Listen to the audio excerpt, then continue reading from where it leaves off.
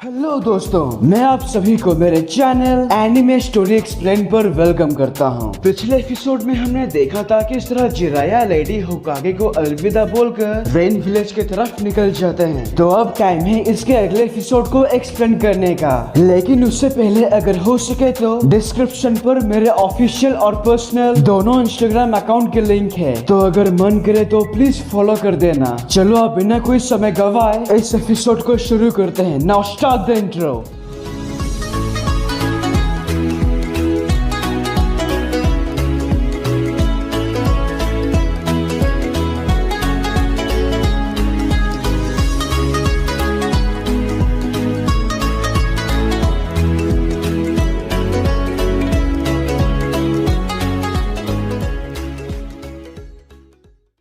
तो एपिसोड के शुरुआत में हम देखते हैं वो वक्त जब मास्टर जिराया, लेडी सुनाडे और ओरोचिमारू टीनेज में होने के साथ साथ एक टीम में थे और उनके सेंसे थे लॉर्ड थर्ड होकागे यानी हिरुzen सारुतोबी। तो एक दिन सारुतोबी सेंसे, इन दो बेल्स को देखकर तुम तीनों को क्या लगता है?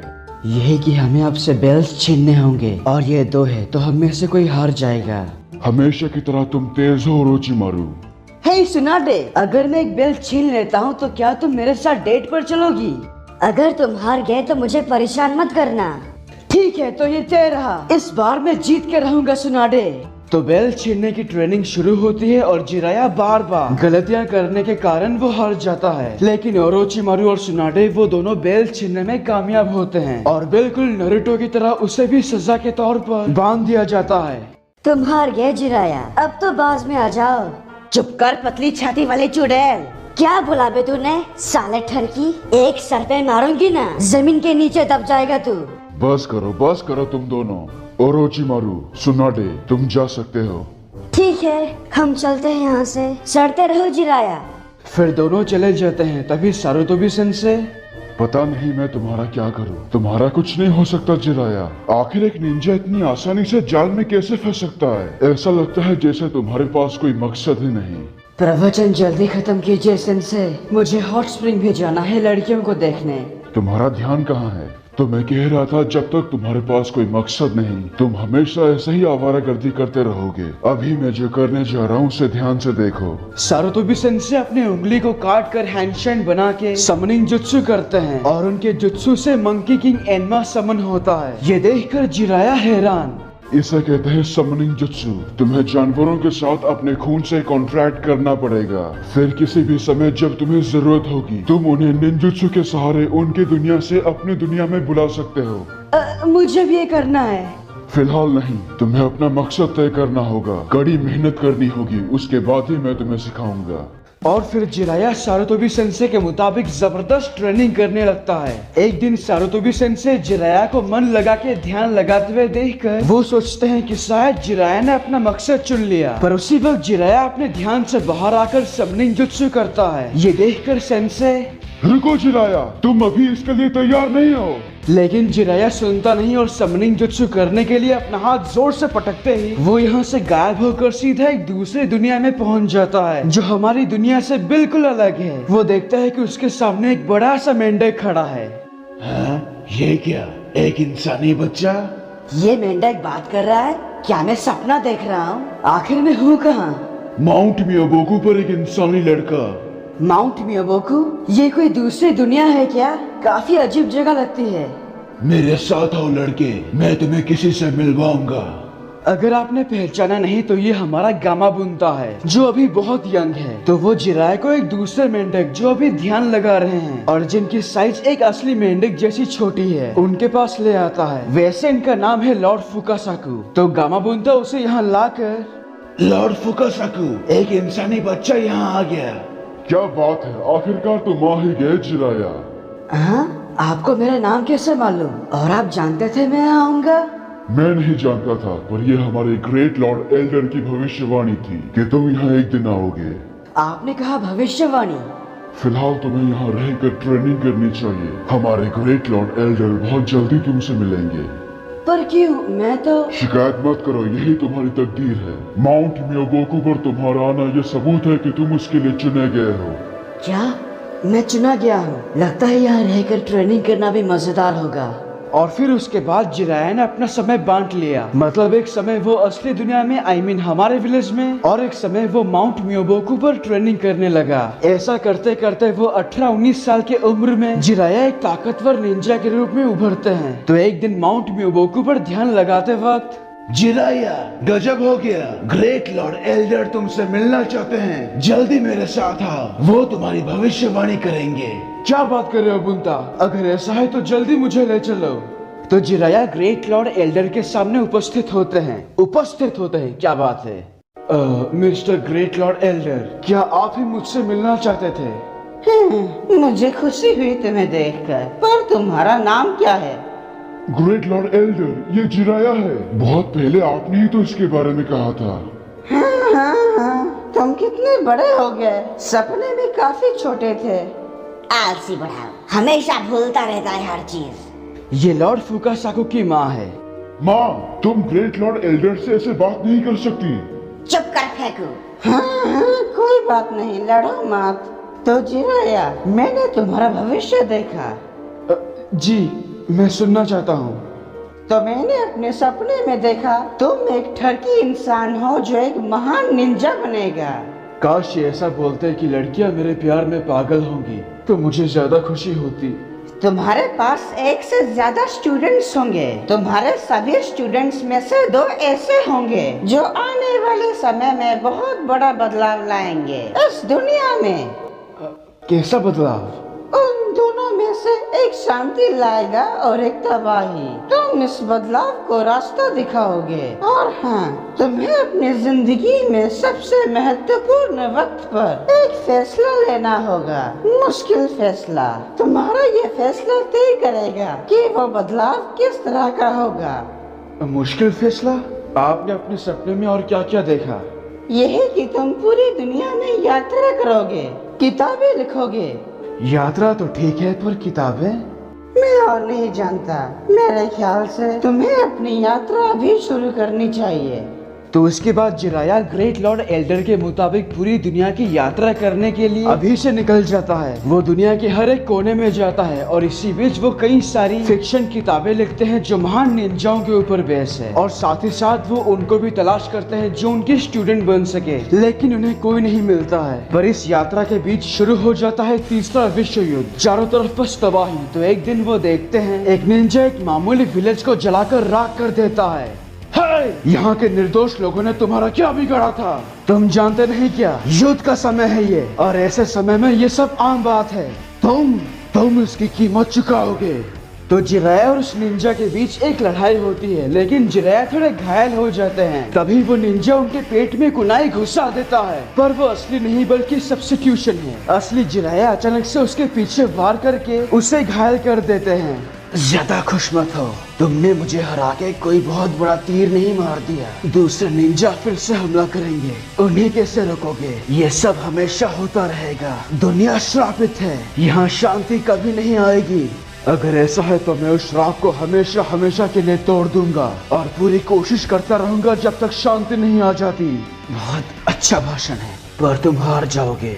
ये बोलकर वो यहाँ से भाग जाता है, पर जिराया निराश है क्योंकि भविष्यवाणी के अनुसार उन्हें अभी तक अपना स्टूडेंट नहीं मिला। वैसे भी वो कुछ नहीं कर सकते, और इसी के साथ वो समझ जाते हैं कि ऐसी यात्रा करने का अब कोई फायदा नहीं। पूरी दुनिया में विश्व युद्ध चल रहा है, फिलहाल उनकी जरूरत हिडन लीफ विलेज को है। तो वो अपने विलेज वापस जाकर अपने टीम में यानी ओरोचिमारू और सुनाडे के साथ अपने देश को बचाने के लिए इस युद्ध में अपना योगदान देते हैं। उसके बाद हम देखते हैं ये तीसरा विश्व युद्ध अपने चरम सीमा पे पहुंच चुका है, और हमारे 3 डेडलॉक यानी जिराया, सुनाडे और ओरोचिमारू रेन विलेज के अंदर घुसकर वहां के सारे दुश्मनों को मारने लगते हैं। पर अब उन तीनों के सामने है रेन विलेज का तानाशाही हैंजो। तो अब माहौल ऐसा है कि इनके भी निंजा मर चुके हैं और इसके भी। मानना पड़ेगा तुम तीनों को, तुमने मेरे सारे आदमियों को मार दिया। इससे पहले ऐसा किसी ने नहीं किया था, लेकिन अब तुम तीनों के सामने मैं खुद हूँ, और तुम्हें देखकर लगता नहीं कि तुम लड़ने के काबिल हो। अगर मैंने तुम्हें मार दिया तो ये नाइंसाफी होगी, क्योंकि तुम्हारे अदम्य वीरता से मैं काफी खुश हूँ। हमें तुम्हारा एहसान नहीं चाहिए। जिंदगी की कदर करो हिडन लीफ के निंजा। मैं घोषणा करता हूँ, तुम 3 ताकतवरों को आज से पूरी दुनिया महान लेजेंडरी सानिन के नाम से जानेंगे। मैं उम्मीद करता हूँ दोबारा फिर मुलाकात होगी हमारी। उसके बाद इस जबरदस्त बारिश में वो तीनों एक गुफा के अंदर रहकर कुछ नाश्ता कर रहे होते हैं, पर तभी ओरोचिमारू, है शायद हमें कोई देख रहा है। कौन हो सकते हैं वो? छिपना बेकार है, वहाँ जो कोई भी है वो बाहर निकलो। उनके इतना बोलते ही वहाँ से एक बच्चा उनके सामने आता है। हमें थोड़ा खाना दीजिए ना। बेटा तुम्हारे माता पिता कहाँ है? वो मैं अनाथ हूँ। ये मेरा खाना लो। नागाटो, कोनन, बाहर आओ, ये बुरे लोग नहीं अच्छे लोग हैं। उसकी आवाज सुनने के बाद उसके दोनों साथी यहाँ आकर सुनाडे और जिराया का खाना ले लेते हैं। तो आराम करने के बाद वो तीनों जब यहाँ से निकलते हैं तो ये तीनों भी उनके पीछे पीछे आ जाते हैं। हमारा पीछा मत करो, हमारे पास जितना खाना था हमने तुम्हें दे दिया। आपका शुक्रिया हमें खाना देने के लिए। हमें भी आपकी तरह निंजा बनना है, हमें निंजुत्सु सिखा दीजिए ना। क्या मैं इन बच्चों को खा जाऊं? वैसे भी बहुत भूख लग रही है मुझे। क्या?